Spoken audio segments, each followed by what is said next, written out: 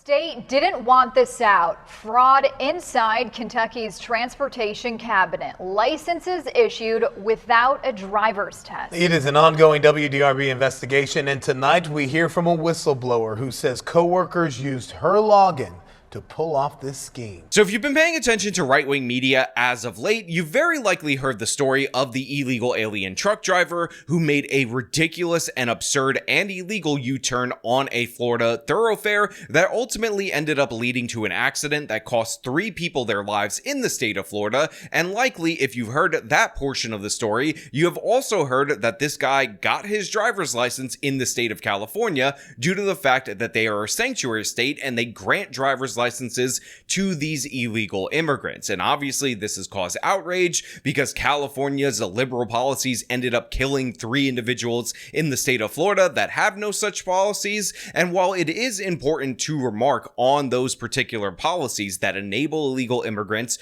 to integrate into our society, despite the fact that they should not be here, and therefore it is very questionable that they're eligible for driver's licenses in the first place, I would actually like to redirect your attention away from states like California that go out of their way to license these illegal immigrants to a supposedly ruby red state like the state of Kentucky. Despite the fact that they have a Democratic governor, they vote red in presidential elections, that apparently recently uncovered a scheme to give illegal immigrants driver's licenses without them even taking a road test. And of course, how the state of Kentucky decided not to punish the participants in this particular crime and scam, but instead decided to go after a whistleblower who blew the lid off of this whole thing. And this is what we're going to talk about today. This DMV contractor who ended up risking her entire career and losing it in order to tell people what was going on and about the dangers that were afoot on the roads in the state of Kentucky,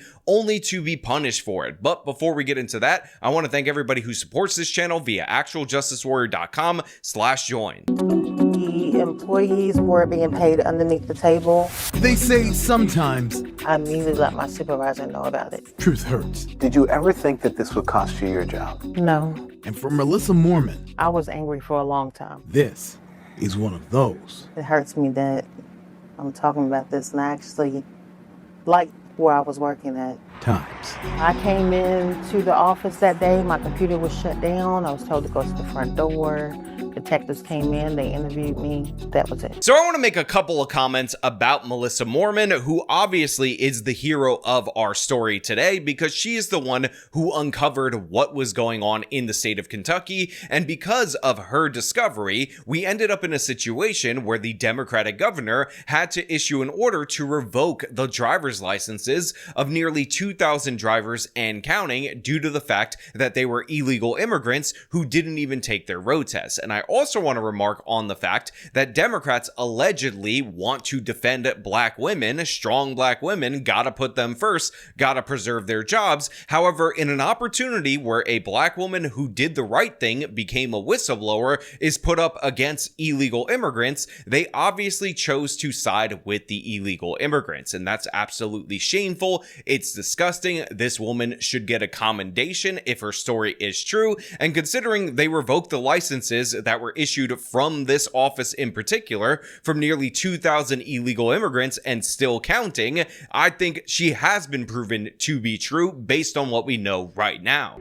Mormon says she was fired 3 months after she sent this letter to the Kentucky Transportation Cabinet, blowing the whistle that workers at the NIA Center licensing branch were selling driver's licenses under the table to people who never took the driver's test. So the local news tells us that this woman was fired 3 months after she sent a letter to the Kentucky Transportation Department explaining to them exactly what was going on in her DMV office, which again, we ultimately end up having that confirmed via an investigation that this letter was sage, was true, and was factual. And by the way, I want to read some of this so you can understand what the allegations were, or as the super mayor would call them, allegations. False allegations. perceptions and not facts. Because I find it really interesting that she sends this letter and she's the one who gets fired after they do the investigation. I was approached by an outside source to go into a quote business venture that would take place at KYTC DDL office. This is the office in question. Someone will have birth certificates, social security cards, statements, and bills that are made to look legitimate. They will come into the office with a fast pass and go straight to an individual desk without being checked in. Would set up as normal. Issue the customer and scan the documents as normal. They will pay you directly for the transaction as normal. However, additional payment will be made to the individual for service. I refused the offer for this business venture. I was advised that it was not a good idea after several inquiries to make the decision. My $3,200 was being used as a part of the business venture at several locations, even when not in the office or not at my station to issue. Another source approached me recently and asked if I was still interested in the business venture and advised I was not interested, mentioning 2 employees at the NIA were recently let go under similar suspicion. Melissa Mormon. So here we have this person who's technically a contractor for the DMV in the state of Kentucky, since the state actually took these services away from the county clerk years ago,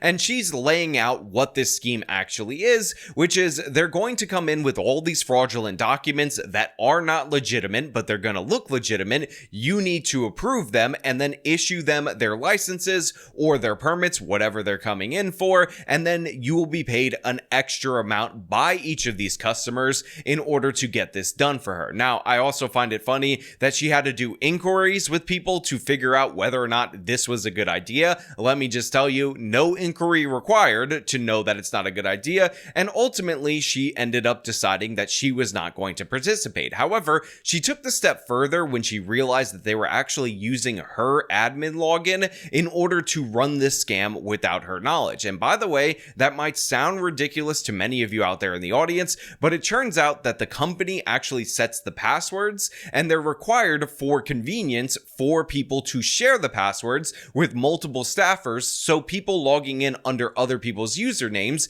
is not that uncommon at this particular DMV location. Undocumented workers. How did it work? What was going on? The undocumented workers would come into the office in groups. They would provide them either permits or driver's license illegally. So they were bypassed without even taking the test. How much? $200 a person.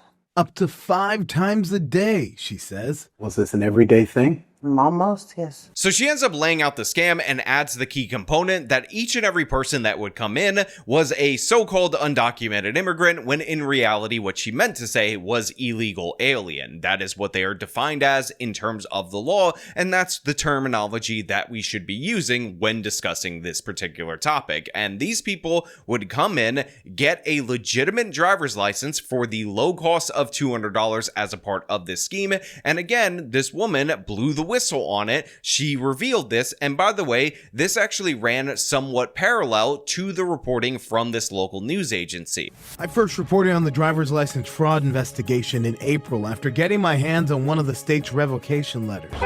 We learned the transportation cabinet sent more than 1,500 of them in 5 months, telling drivers their license was issued in error and must be returned or they could be criminally charged.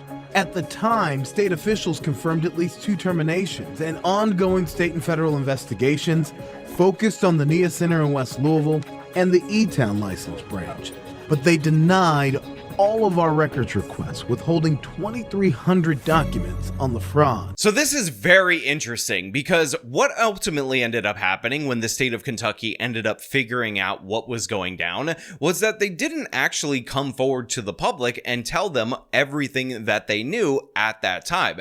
They just issued these letters in secret, hoping nobody would notice, revoking the driver's licenses of certain individuals because they were issued quote-unquote in error. Now, of course, they referenced the firing of 2 different employees at the DMV, but this letter that they issued did not really bring to the attention of the people of Kentucky that this scheme was going on at this location. But of course, this woman being a whistleblower, and what she ended up showing that this was intentional, this did involve illegal aliens, and in fact, her login was used in part to run this scheme definitely does fill in the gaps on this particular story. And also, in addition to everything I just told you, it turns out that there are 2,300 documents that the local news agency requested way back when they originally covered the story that have yet to be released to them. They have denied it, saying we're not going to release it. Even to this day, they're still obfuscating the truth from the public. And again,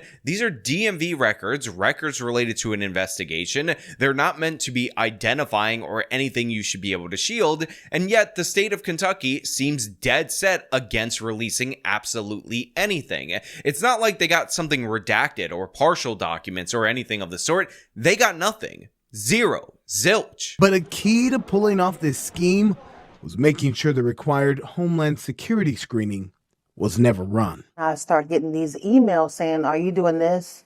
Are you doing this? Are you doing this? And that's where it unraveled. She says those workers were using her login, a password she says her bosses made her share, as all workers at the driver's license branch did not have their own. And Mormon was training to be a supervisor. I'm not even at my desk because I'm doing various duties, or I'm not there for the day. So, things start kind of coming together. I'm like, what's going on? Now, she was first alerted to this when she got emails that they weren't doing the appropriate Homeland Security checks that are required under Kentucky state law when issuing these particular licenses. And when she realized that people were able to use her login account, that's when she pieced together that the scam was going on without her knowledge. And that's when she decided to send the letter reporting this. And by the way, she actually sent this letter joint with another person who worked at the Kentucky DMV that should have had her back throughout the process. Now, of course, the police have to investigate her. The login is under her information, so they did their due diligence where they went through her phone, she turned it over voluntarily, went through all of her bank accounts, and they noticed nothing unusual. And one of the ways you know that is that if they did notice something unusual, this woman would have clearly and obviously been arrested. I mean, again, if they're using her login account for this particular process, and then there's money showing up in her bank accounts that can't be accounted for, this would all add up to the easiest slam dunk case humanly possible. And remember, it's not just state authorities that are supposed to be investigating this, it is also federal authorities that are looking into this scheme. Was it always undocumented workers? Yes. Now, this woman makes it clear in unambiguous terms that every single person that was involved in this particular scheme was an illegal alien. They entered the country illegally. This makes sense. The scheme was going on at the time where we had all these quote-unquote new arrivals defrauding the asylum system. So having a surge in these types of scams, when you have a surge in those types of people, the ones who cross the border illegally, just adds up. It's logical. It's sensible. And for whatever reason, and I'll link this local news segment in the description of this video, they decide to interview an illegal immigrant advocate who basically makes the case that the immigrants, they can't do absolutely anything but scam the DMV, and honestly, it's not their fault. They're innocent Baba Angel Aladdins, and I really just can't stomach that at this moment. Again, the full segment linked in the description if you want to check it out for yourself, but in reality, you cannot break the law in a country that you're an uninvited guest in. But she didn't technically work for the state. Mormon was a contractor for Quantum, a staffing agency that Kentucky hired to help fill positions in driver's license branches when they took licensing away from the county clerks. Now look, they also explained throughout the course of this what I told you earlier on, which is, of course, that this woman technically worked for a contracting agency, not the DMV directly, because the state had contracted this out. But what's most interesting about all of this is the fact that Governor Beshear was actually asked directly by the local news affiliate in a portion of a segment that was not aired when they initially did their breaking news story on this case, and he said that this had nothing to do with illegal immigrants. Kentucky State Police is on it. There are serious concerns, and we'll hold anybody accountable if they violated the law. That's basically all Governor Andy Beshear would say as we pressed on this case in April. But there was a part of our interview that didn't make our prior report, and it may be important now. Is there an immigration component to this Not that I'm aware of. Now look, technically Bashir can always say that he didn't lie to the people of Kentucky right there because he said it, not that I'm aware of, not an absolute no. But in reality, if you found out all of this stuff due to a whistleblower letter, and said whistleblower was telling everybody that this was an illegal immigrant scheme, this was something exclusively for illegal immigrants to get their licenses, it's unusual that the governor is pretending to be up to date with the investigation while simultaneously having no knowledge at all whatsoever of any kind of immigration connection to this particular scheme that, of course, exclusively involves illegal aliens, according to the whistleblower